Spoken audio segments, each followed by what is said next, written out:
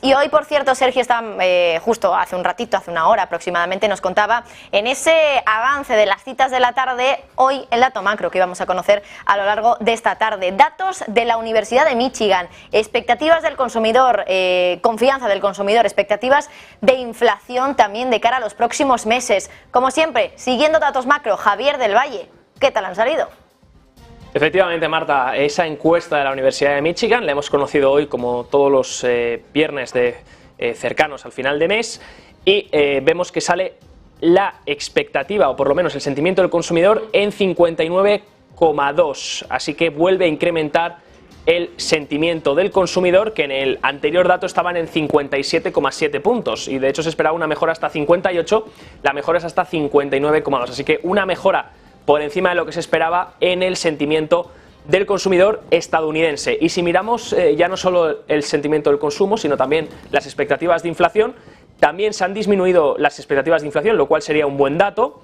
Pasan de 4,6 que estaban el mes pasado, 4,5 disculpa, a 4,2 las expectativas de la inflación para los próximos 12 meses. Así que ahora mismo los encuestados por la Universidad de Michigan creen que la inflación será del 4,2% durante el próximo año. Esto, aunque mejore con respecto al dato del mes pasado, que era del 4,5, sigue siendo un nivel todavía alto, ya que son máximos de 12 años los que se están pronosticando de cara a la inflación esperada, pero aún así mejora con respecto al mes anterior. Si miramos la inflación esperada a 5 años, que también es una métrica que obtenemos de esta encuesta de la Universidad de Michigan, vemos un dato del 3,1%, el mismo que se dio el mes pasado, recuerden, donde repuntaba esta inflación esperada a 5 años vista, se sigue manteniendo en el 3,1%, disculpen, mejora una décima con respecto al dato del mes anterior, que estaba en el 3,2%, pero aún así sigue siendo una inflación elevada para la expectativa a 5 años vista, que debería estar en torno al 2% y no en el 3,1%. Marta, aún así mejoras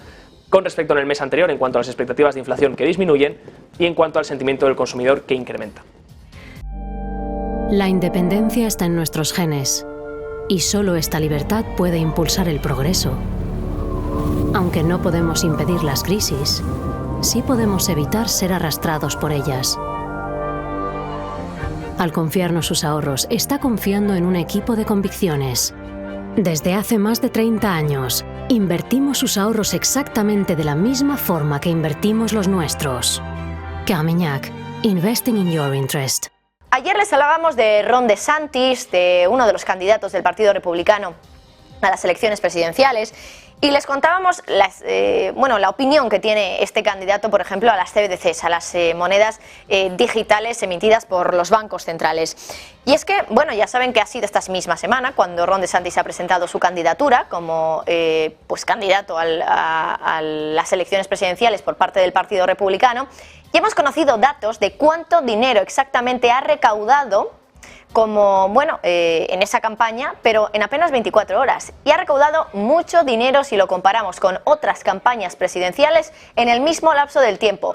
Sergio Fernández, ¿has podido echar un vistazo a los datos, a las cifras de cuánto recaudó Biden, por ejemplo, cuánto recaudó Trump y cuánto está recaudando ahora Ron DeSantis? Cuéntanos. Ojo con Ron DeSantis, porque acaba de llegar. De hecho, como bien dices, el miércoles anunció su candidatura en un space de la mano de Elon Musk, en un space de Twitter de la mano de Elon Musk, con 6,5 millones de espectadores, un hito histórico y que, desde luego, se está notando y mucho en sus cuentas. Mira, tengo por aquí los datos. En 24 horas, ojo, en tan solo 24 horas, recaudó 8,2 millones de dólares. Es una cifra de récord. De hecho, de alguna forma lo que hace es consolidar su posición como el principal rival del exmandatario, de Donald Trump. También, si nos fijamos, supera con creces las cifras de Donald Trump, que en este caso fueron para finales de 2022. Y es que en 6 semanas Donald Trump obtuvo 9,5 millones. Como les decía antes, Ron DeSantis en tan solo 24 horas, 8,2. Se nota que viene con mucha fuerza. De hecho, hay muchas informaciones de que muchos donantes de la campaña de Trump se están pasando, en este caso, a la campaña de Ron DeSantis, y se ve y desde luego se refleja en sus cuentas. De hecho, el único empujón que se puede decir que ha tenido Trump en su campaña fue precisamente la imputación que tuvo hace apenas unas semanas, y en 24 horas, en ese caso, además en un caso bastante extremo, recaudó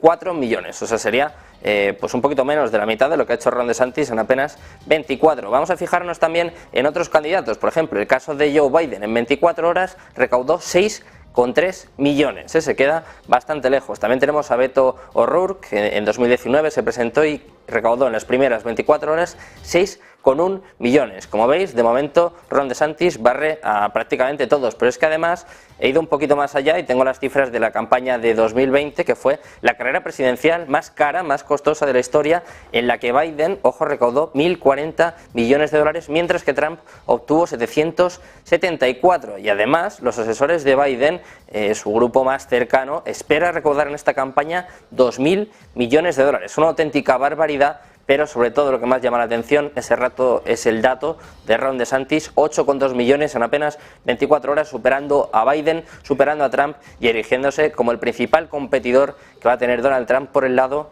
republicano, Marta.